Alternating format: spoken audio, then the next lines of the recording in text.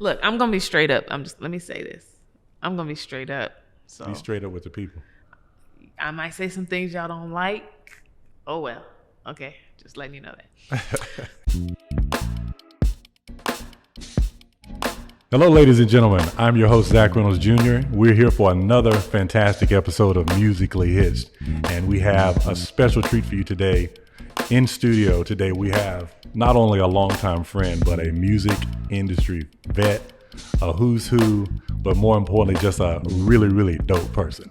We have with us the illustrious Rachel James. Rachel, how are you doing today? I'm well. Thank you for having me. It's an honor. It's so great to have you here. Yeah, we go way back, but we're going to invite him into some of our normal conversations that we've had over the years. And let's talk music business today. This is Musically Hitched, and it's all about getting down to the core of who you are as a musician, who you are as an artist, and what you have done to stay connected in this industry. This is a tough business to be in. Would you agree? Definitely tough. And a lot of our listeners, that are not in the industry yet or making their transition into, they want to know, how do you make it in this business? So we always try to start out with foundational things, but it's hard to do that if you don't know who a person really is. So how would you describe becoming initially musically hitched? So my story is a little interesting. Of course, I started singing in the church. I can remember back, I was about 5, maybe, singing in the choir and leading songs. But where I really cut my teeth and got nurtured as a creative, I was in this group called Stars of Heaven. I saw them singing around in Atlanta. They came to my church to sing, and it was a group of young girls. They were like 9 and 10 years old, and at this point I'm 9.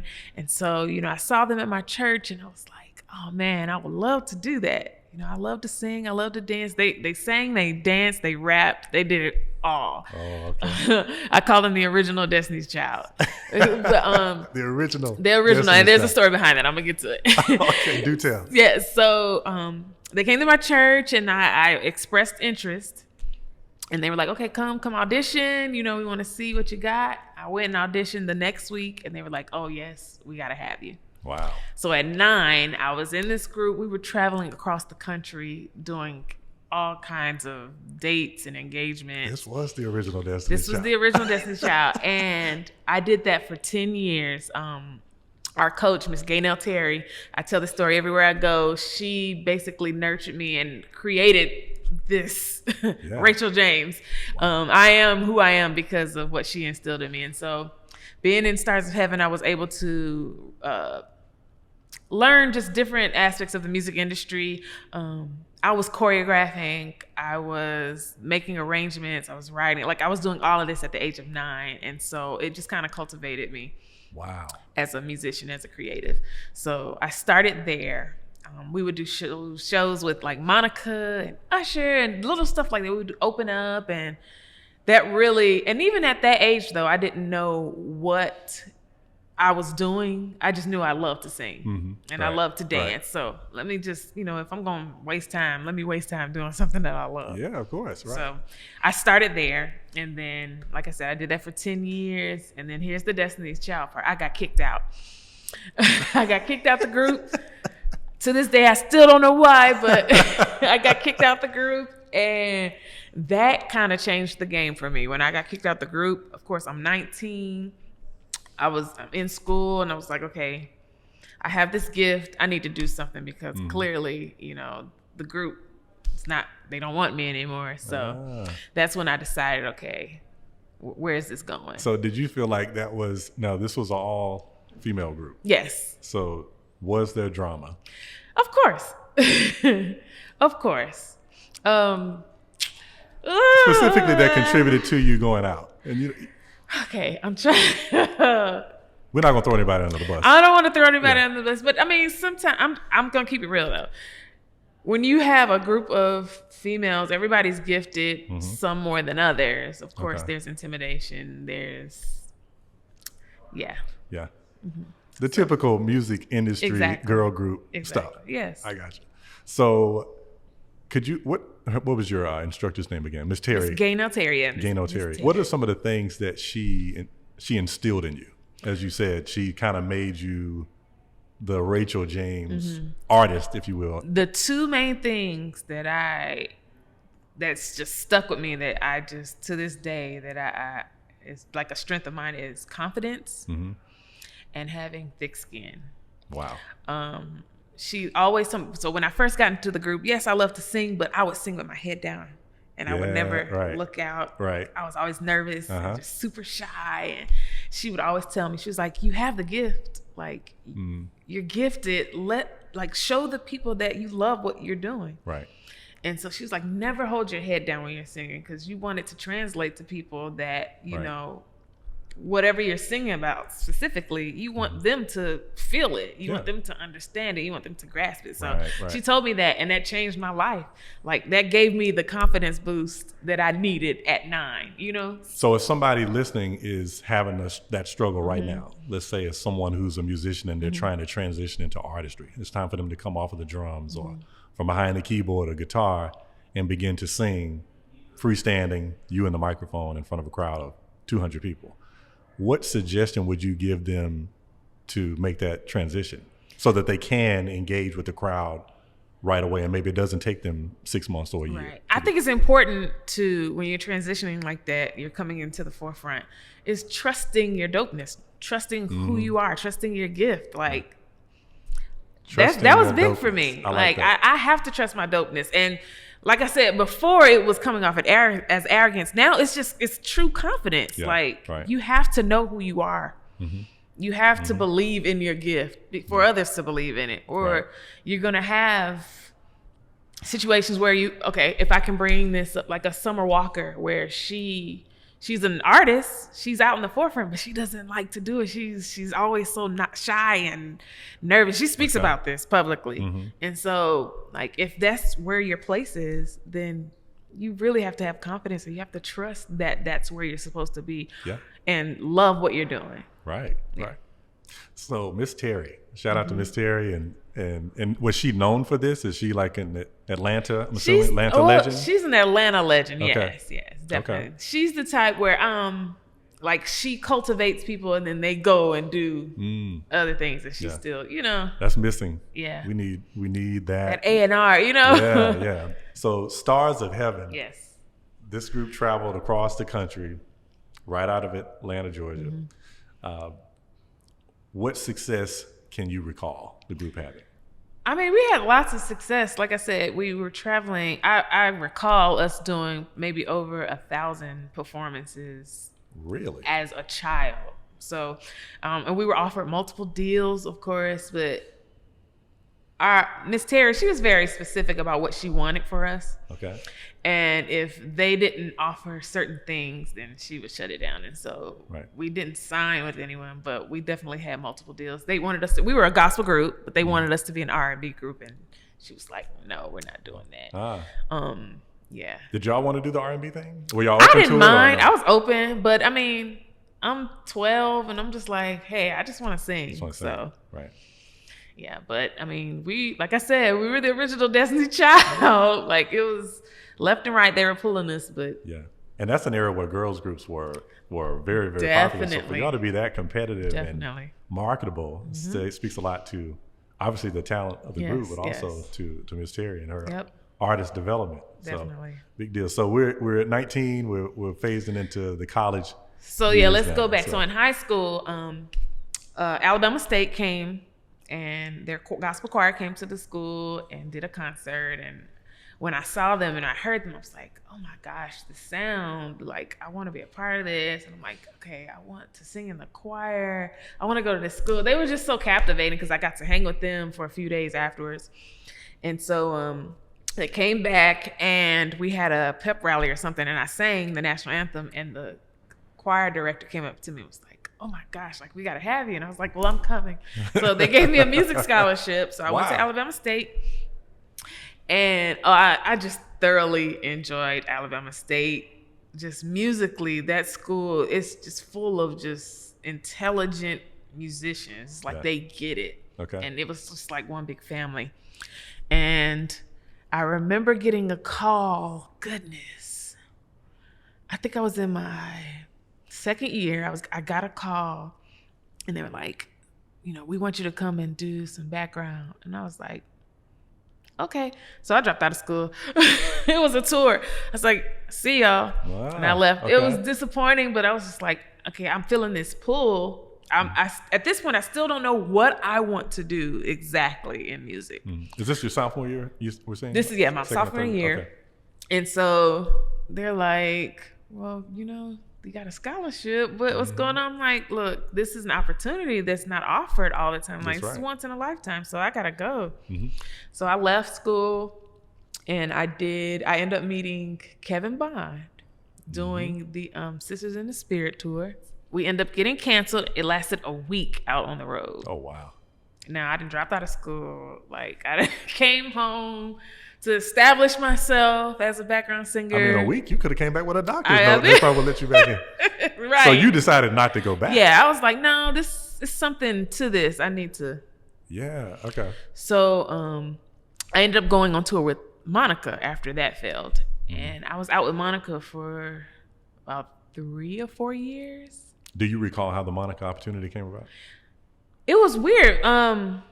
Someone called me and was like, hey, there's an audition for Monica. Get some friends and y'all come and go. So I gathered some friends. We all auditioned for it, and I ended up getting it. So that was kind of, okay. It's like, we all sing. These are my homegirls. Yeah. But I ended up getting it, and of course, they had more experience. But it's like, well, if this is for me. So I did that. Did that for 3 or 4 years. I end up, let's see. Oh gosh, it's just so much that happened within those. Now, this is Monica during what era of Monica? So are we talking about? What records do you remember? This was the Making of Me album. Okay. Which is actually my favorite album of hers, but it's kind of slept on. Check it out, The Makings of Me. It's really a dope album. Right. But it was during that era, and that definitely changed my life because that was like my first international tour, like in and out of the country, and just truly being a professional, like learning to be a professional. Right. So that really taught me a lot. I actually quit that tour. Just thinking back though, I did probably quit on impulse, and I should not have done it the way that I did. But that was a learning lesson for me, of course.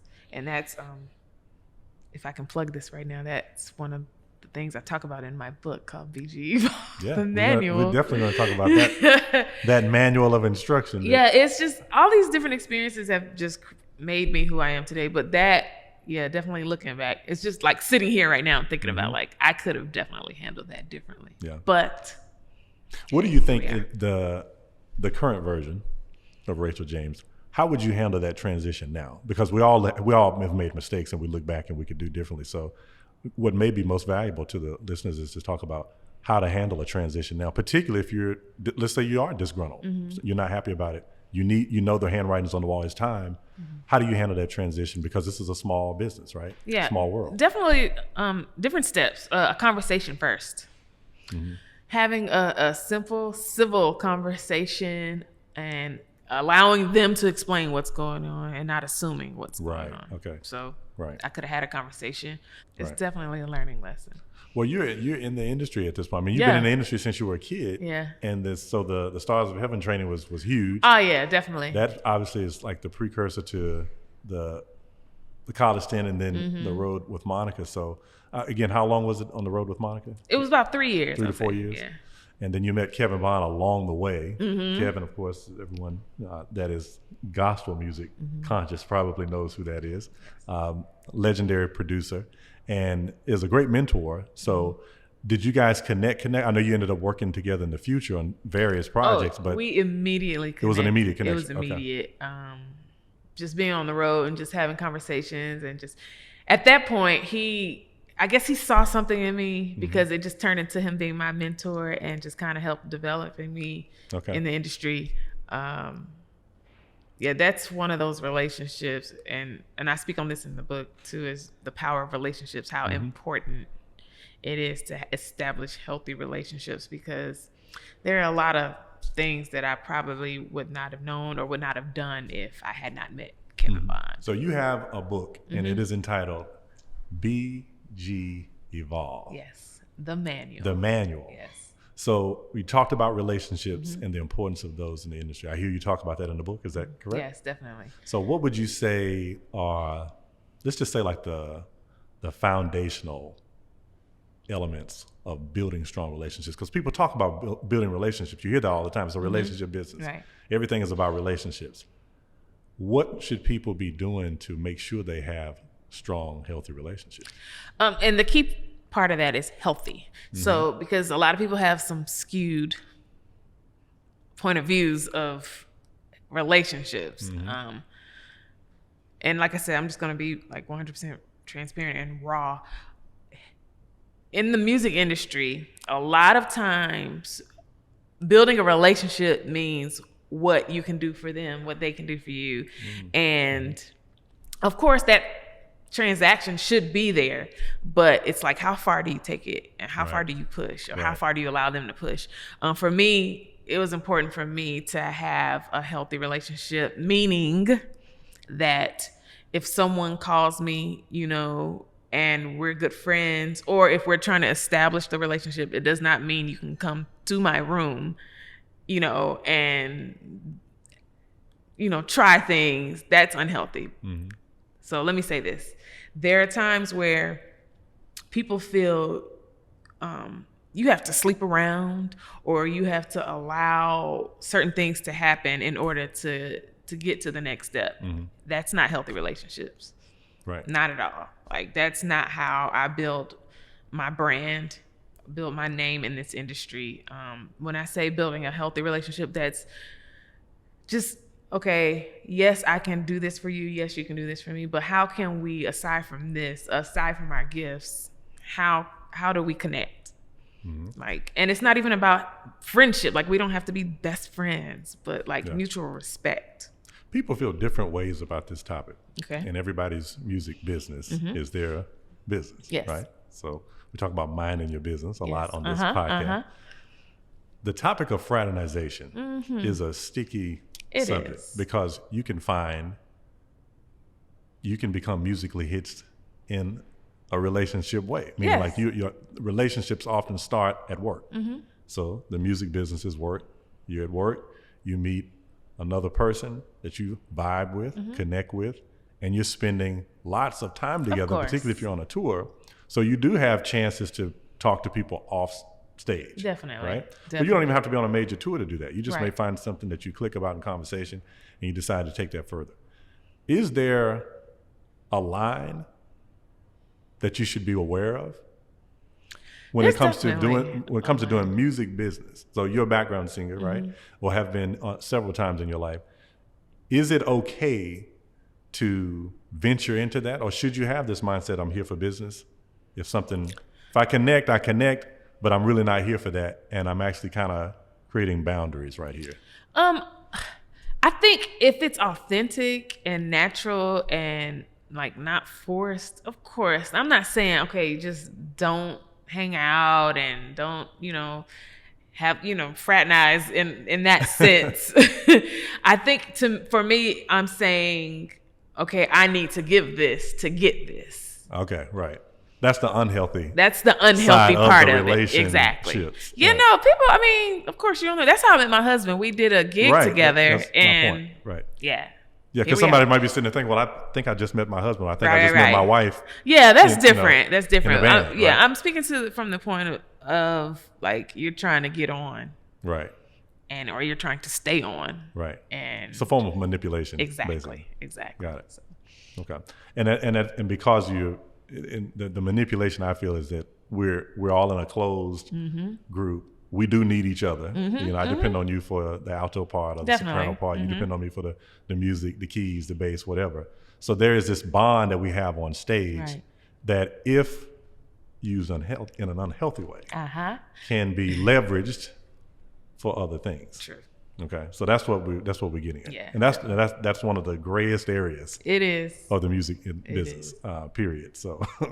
I'm glad you were able to shed light. Yes. Anything else you would say about relationships? Like just let's just talk just straight business now. What are the proper ways, particularly from a vocalist perspective? How How does a vocalist handle business? Is it any different than a producer, a musician, an executive? I would say this. Kevin Bond has really taught me a lot in regards to just handling business as a creative. For me, I'll always say communication is number one. You have to just be open and have these uncomfortable, awkward. I don't know why money conversations are always awkward. Why is that and uncomfortable? Because they had too late. Yeah. I think if you talk about it up front, then we haven't become friends. True. Just yet. So if you put it up front. Communication is key to me. Just establishing what you require, who you are, what you stand for, and then just allowing them to even disagree if they do, and being open to that, and then coming to a common ground, middle ground, to where you both are like, okay, we can do this, or we aren't going to do this. And so, like I said, Kevin has been just tremendous in just teaching me the ropes, basically, and just being upfront and honest and being straightforward. Right. Because you have to be, in this industry. Because, there are so many people that do what you do. Right. So it's like, we can always go to the next. And that's okay if they do decide to go to the next. But it's not going to be because I wasn't honest. What's the difference between a disagreement and an argument, in your opinion? Because some people think they're one and the same. I disagree with you, Rachel. Did we just have an argument because I said that? Not at all.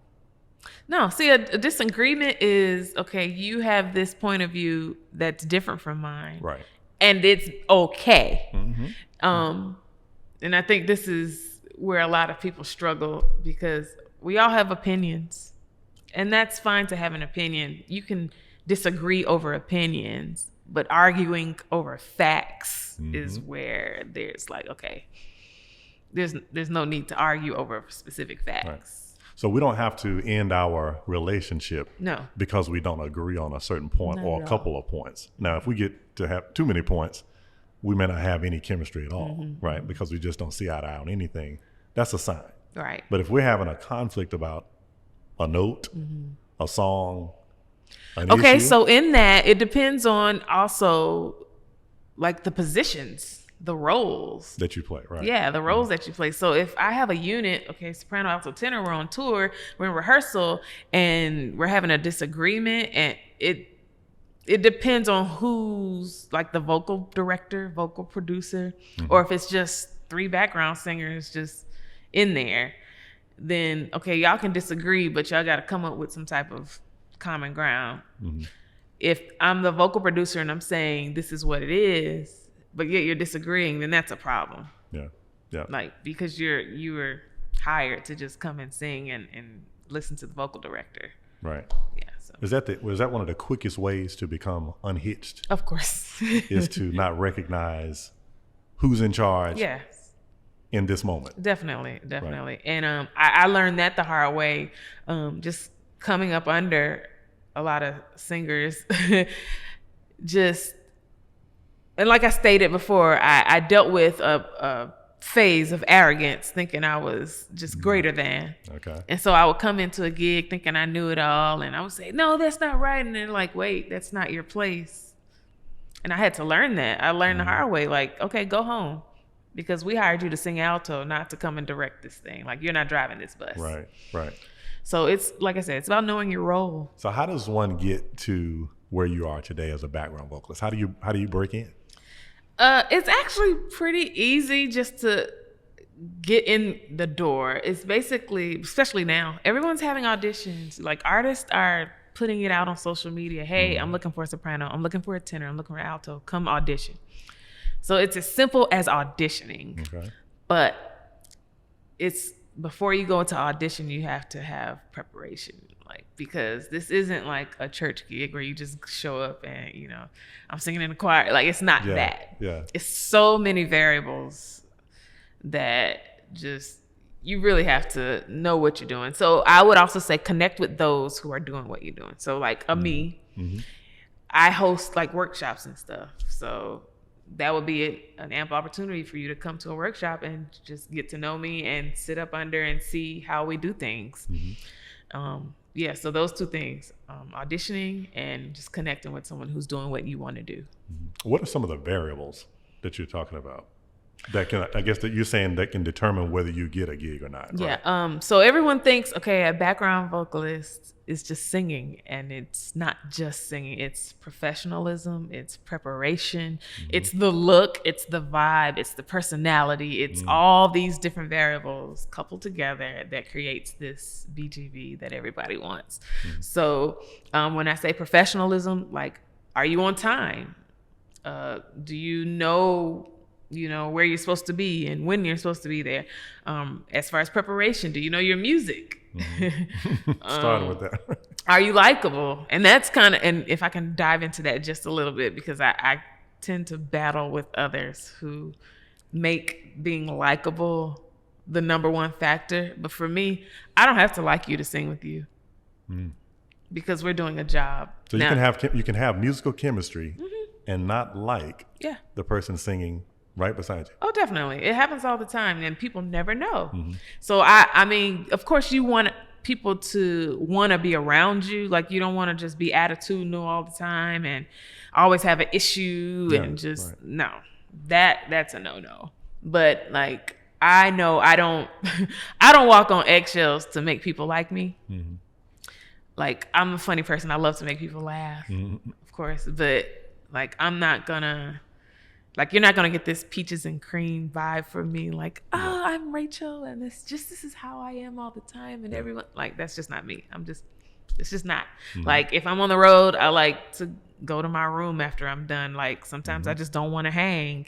And so, like I said, be likable, but don't like overdo it. Is there an advantage to not hanging? We've talked, this has come up numerous times. There's been numerous touring musicians have been on the show, and that topic, the topic of space on the road, typically comes up when you ask somebody what tour life is like.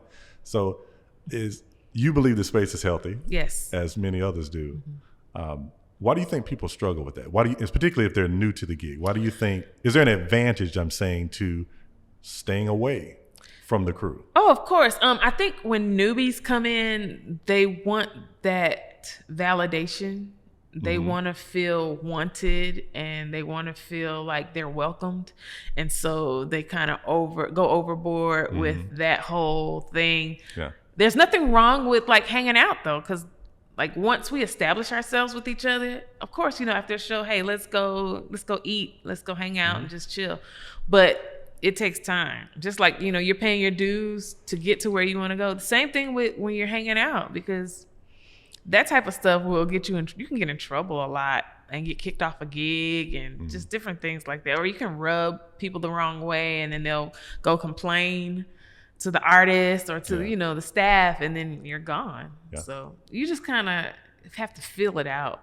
But like for new people, I know for me, I wasn't the type to just immediately hang out. Even when they ask, like, hey, come hang, I'm like, no, I'm gonna go to my room, chill out. And I just kind of observe and watch, over a period of time. But yeah, I wouldn't say dive in and just be just all in, because you're developing and you're learning people's personalities and boundaries and all that type of stuff. Talk to me a little bit about bridge hooks and stuff. BHS, bridge hooks and stuff. That's my first baby. I started BHS in 2004. It's a contracting company, agency, where I contract BGVs for tours and albums and TV shows, and whoever needs singers, they call me. So that's what I do for BHS. And the vision behind that, was that birthed out of frustration, or were you looking at, okay, I've had my chances, let me put somebody else on? It wasn't frustration. It was more so, it became my niche. Like, okay, everyone was calling me, and I'm like, I need to make some money doing this. It's like, for real. I'm like, no one's doing this. No one's like creating something like a roster and sending people out. Let me create this.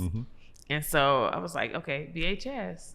And I remember the name alone, I was like, okay, God, I need something creative and that'll draw.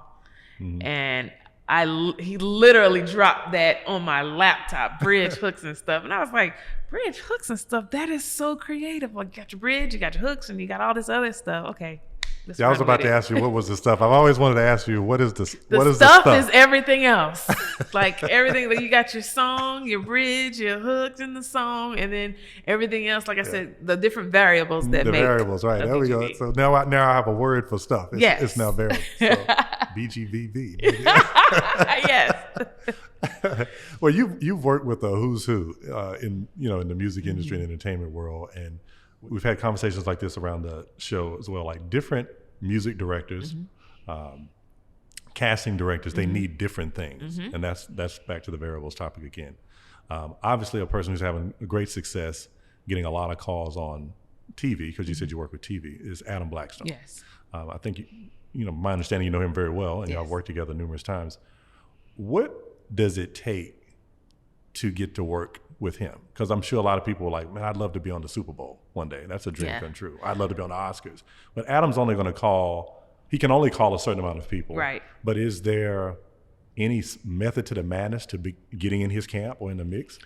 So with Adam, it's because he knows so many people. Of course, he has this huge roster of singers. So like everybody's not going to do everything, of course. Right. But for him, it's not just musical. Like it's not just your talent or your gift. It's also, like I spoke about, your personality, how you mesh with certain people, how you would be in certain situations, or even this. If we go back to the music side of it, your sound. Like, does this work for this gig, or does this work for another gig? Because everybody's not for everything. Right. I think with him learning.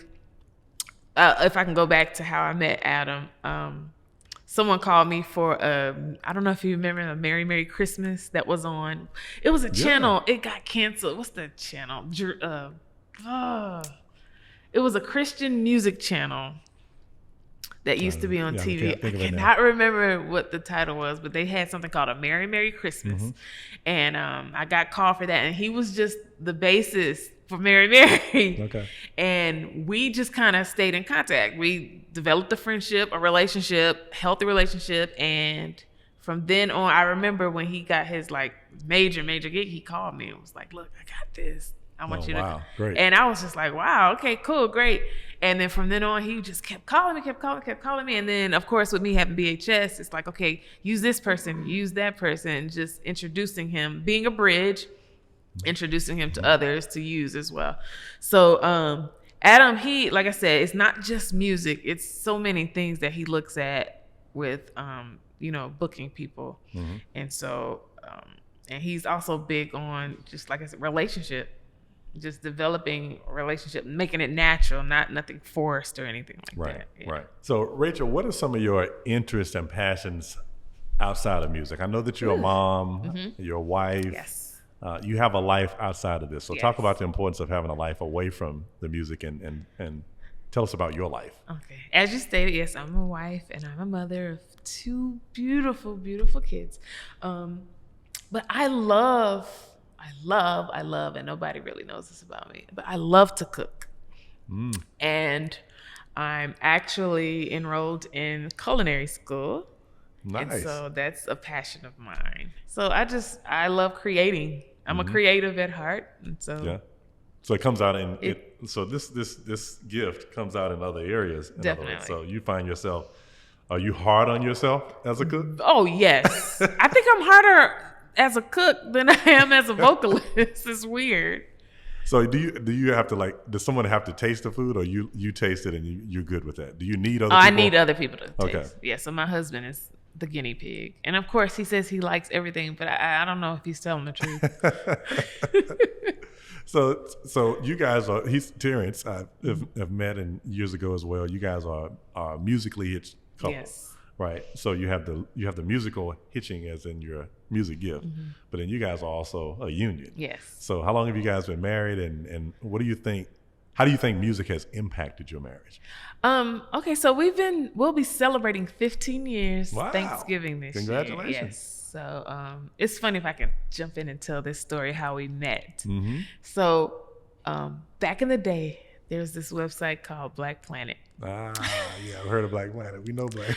We used to chat on Black Planet and College Club. together. We were like 14 and 15 years old. Wow.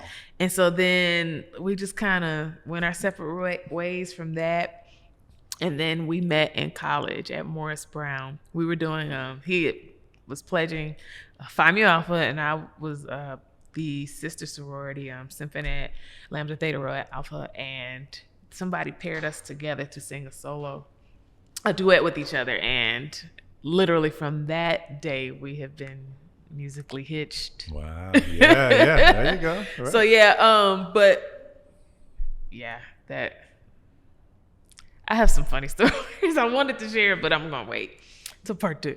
No, but just the music side of it's weird because he is a self-trained keyboard player, and so and with me being just a perfectionist who I am, like I would get on him all the time when we were younger. And I kind of rubbed off on him. And so now he's like this just stickler, just musically. And so I know music has played a major part in our relationship, just personally, even just how we deal with each other.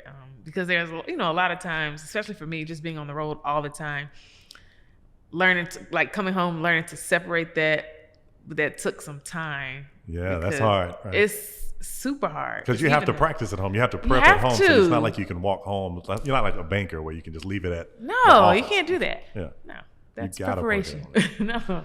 So you guys have managed to be musically hitched for 15 plus years and show no signs of slowing down. So talk about the idea of how to maintain. We're talking about your relationship now, but there may be some people listening that want to know, okay, how can I pursue this? Because my husband and wife, boyfriend, girlfriend, they're not musical. So should I do this? Should I even try? Or how do you make it work? How do people in the industry make that work? Like one being gone and one being at home, I keep saying this, communication, first of all, is just having an understanding of roles. Like, that before you met me, like when you met me, you knew this is what I was doing. We talk about this all the time. Like, this is what I was doing. And so like, it may not change. It may change. It may not change though. And you have to be okay with that. And that's why I love my husband so much, because he sees my gift. Like he knows what it is. He knows the demand that there is for me, which I'm grateful for. And he's okay with that. And he's had to share you a lot. He definitely had to share me a lot. Yes. And I think it's kind of good now for me, because I've slowed down a whole lot since I've had my kids. And now the roles are kind of reversed, because my husband's into acting, and so now he's always gone, and I'm so it's your turn now. So now it's my turn. So I'm feeling everything he was feeling in, but he's always been supportive. Like he's never ever we've been together 20 years. He's never complained. That's awesome. He's never complained. And so like the communication has always been there for us though. Like if he ever felt like, okay, I need you to come home because I need us to rekindle and to be in each other's presence. Because at one point I was gone all the time. I'd probably be home 2 days out the week. And so, if he would call and say, hey, I need you, I would come home. Like, and that, because family is first for me. Right. Like outside of this music, this cooking, whatever, like family is first. And so we had that understanding. And so for someone who's in a different predicament where they have a spouse or a significant other that doesn't understand, because my husband's in the industry, but he's not, like traveling like that. He understands though. So if you have someone that's not in it and doesn't get it, of course it would be difficult, but like I said, the communication has to be there and the trust has to be there, because that's what it dies down to. Like it boils down to the trust factor, because if they understand and they're complaining, that means there's something there that's causing them to not want you to be gone. And so you have to dig and discuss that and figure out what that is. So you said you're about to play a little role reversal. Yes. You've been on the road a lot for years. So I was going to ask you, for that couple that's listening right now and that husband or that wife, boyfriend, girlfriend, somebody's not, the one that's not in the industry, what type of person do they need to be in order for the musically hits individual to soar? They have to be, first of all, secure in who they are. If you're not secure, then of course you're going to always think something's wrong, something's going on, or if they have to go, then why do you have to go? And like, and then the whole clingy side of it. Now, I know some people are naturally clingy. Right. That's cool. Right. But you have to be open. And for me, and I'll go back to my husband, in him knowing what I would love to do and what I wanted to do, him releasing me, to me, shows a lot of love for me. Like him being open that, okay, this is what she loves to do. Let her do it. Like, and you be okay with that instead of always having an issue with me being gone. Right. So it's not necessarily on the musically hitched person. It's the one, like the significant other. Like, what is it about you that won't allow them to thrive? Because if this is their passion and they have goals to be in this music industry and they have to be out, what is it that's keeping you from really supporting them? Right. It's the support factor. So culinary school, wife of 15 years this year, mom. Talk to me about being a parent of small kids and in the music business and in demand all at the same time. How do you do that? So being a mother has literally changed my life. Like I said, we've been married 15 years and it took a journey for us to even have kids. So when my husband and I got married, I was on the road heavily. But we wanted to start having kids probably about a year later after we got married, and we were just having issues. So we had this infertility journey that we dealt with for like 12 years. But along this time, I'm still on the road because dealing with infertility is a monster, and just mentally I had to go on the road just to not think about it. And so just constantly being on the road and then still coming home. They were trying to have kids. It was a battle. And so 12 years later, as I stated, we had our first child, Raina, and she's 2.5 now. And it really changed my life because I literally dropped everything. Like I left in the middle of a tour because of course we had to do fertility treatments. And so I left in the middle of a tour because I had started like meds and stuff, and it was just having me crazy. And I was like, I can't be on this road, and I'm trying to have kids. And I literally dropped everything to have my daughter. And I would not change it at all. Like I don't regret it. It really has changed my life. Like I've slowed down a whole lot. I have to turn down stuff all the time because I want to be a mother. Like I love being home. I love interacting with my family. I love family. I'm a family person. And so and then we got our surprise son later on. And like I said, I enjoy it. Like this is what I wanted. And I'm just grateful that I was able to do it. And I guess a little part of me miss being on the road, but I feel like I'm at an age now where I'm content with not being on the road because my knees are bad. I'm 40. So I'm good, but I'm grateful that I'm still able to work. Like I have a studio at home, so I'm grateful that people still call and want me to, do stuff for them. But being a wife is number one, and then being a mother is right after that. Close. It's like a close second. So you mentioned you're able to a lot of people can't do that. A lot of people would have a hard time. Obviously being a mother and becoming a parent is a huge responsibility. It's not something you can avoid or should avoid, right? That's a responsibility. Right. But you did have a responsibility to the tour and to that artist and that camp. I'm sure that you transitioned well out of it, but I'm sure it was a hard decision because you spent all that time building up to that point. It was super hard, and I'll share why. I had been leading up until leaving. I remember the artist I was touring with, I'm not going to share who it is, but I was with them. I had been with them forever.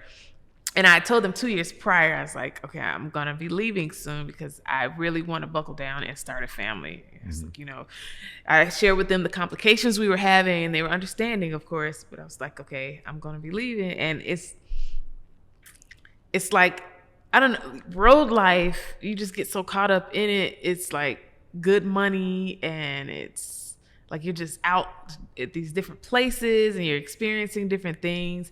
And so over the course of 2 years, I'm supposed to be transitioning out, and I'm just not doing that. I'm just comfortable. And so I think it was God saying, okay, you got to shut this down if this is what you want. Like, I really wanted a family, but we were struggling so hard.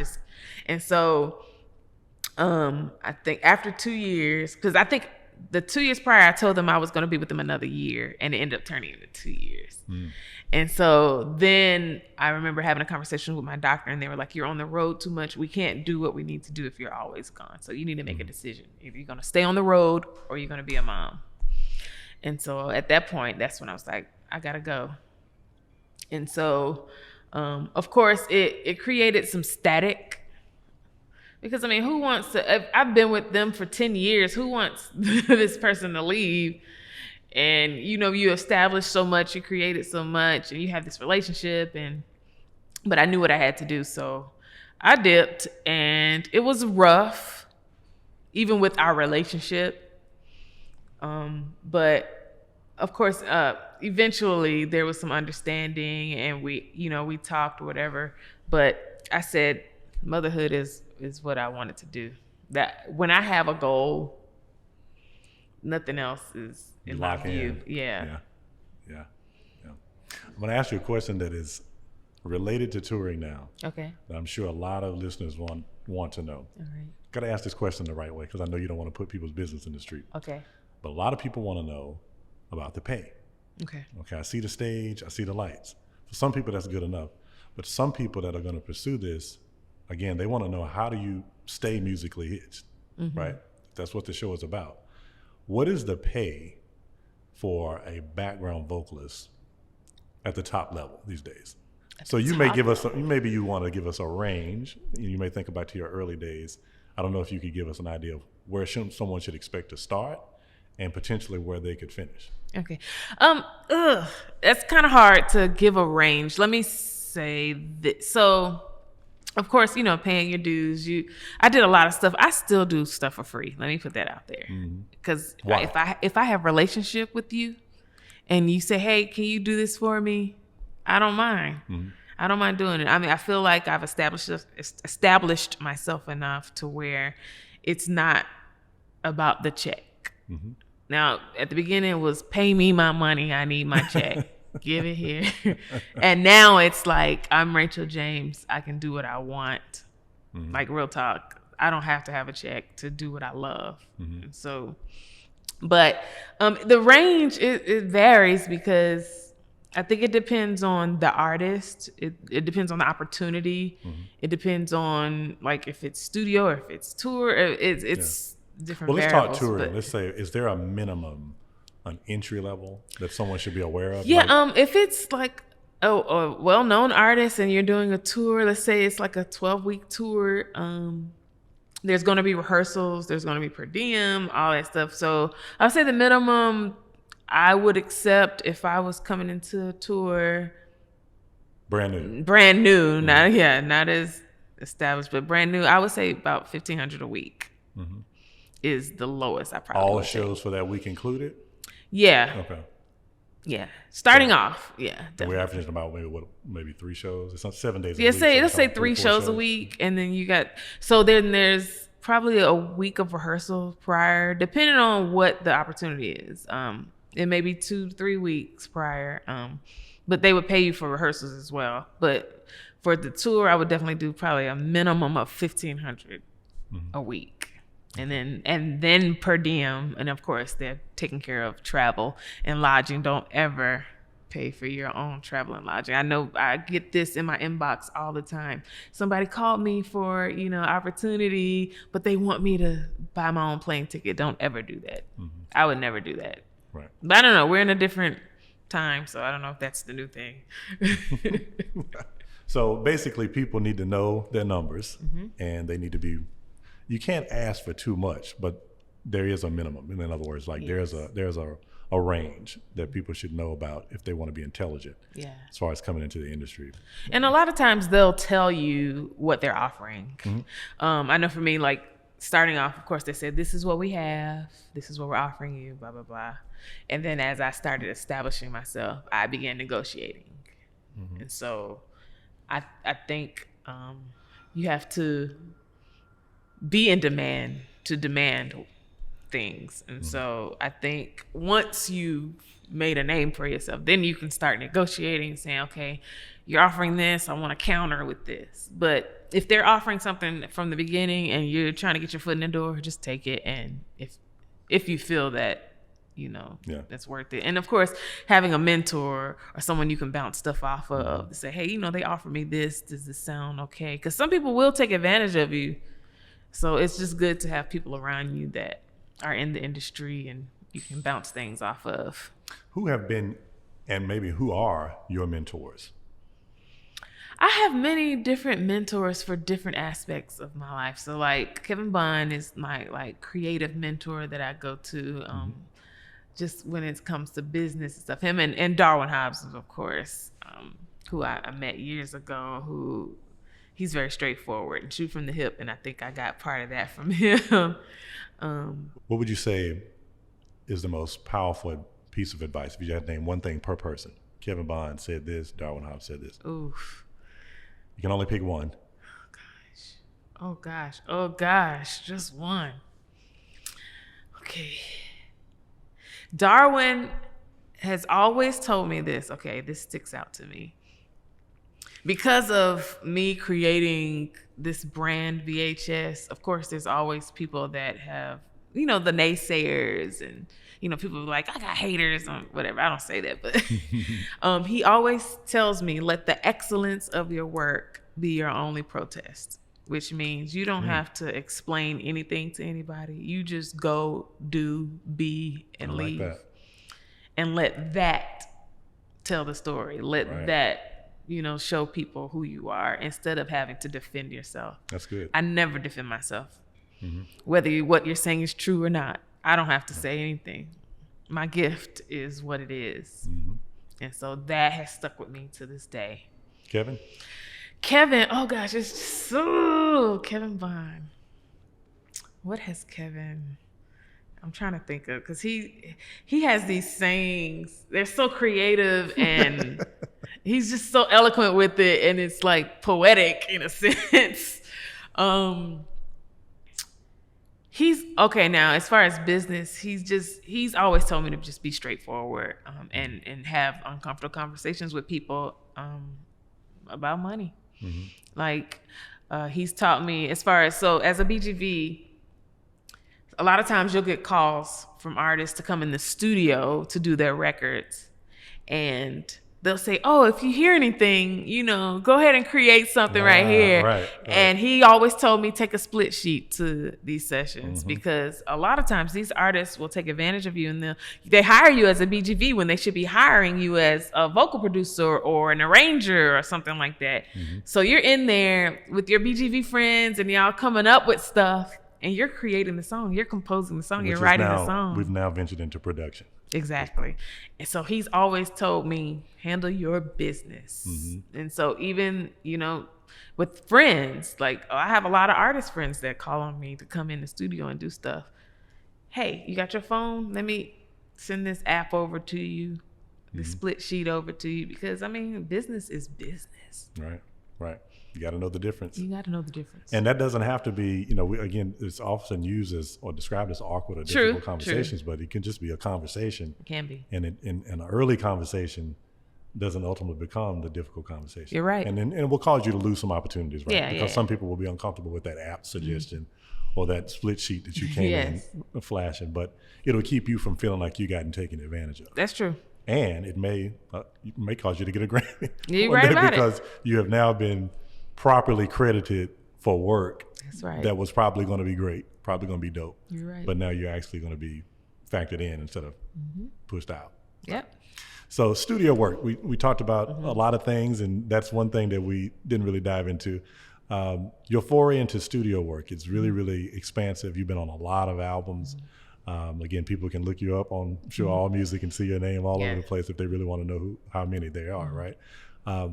How do you get into studio work, and how do you maintain the calls, particularly from Grammy Award winning producers? For me, it took me, I have a friend, Derek Stevenson. He has Studio Pure Tones Productions. And I would just sit, like when I got called for sessions, I would stay after and just sit and kind of just watch, like what he was doing. Or even like if they were taking a break with me and going to the next person to sing, I would go in the control booth and just sit and watch. And it became interesting to me. And then when I met my husband, of course, people sleep on him because he's so quiet and laid back. And he doesn't really boast, I guess you say.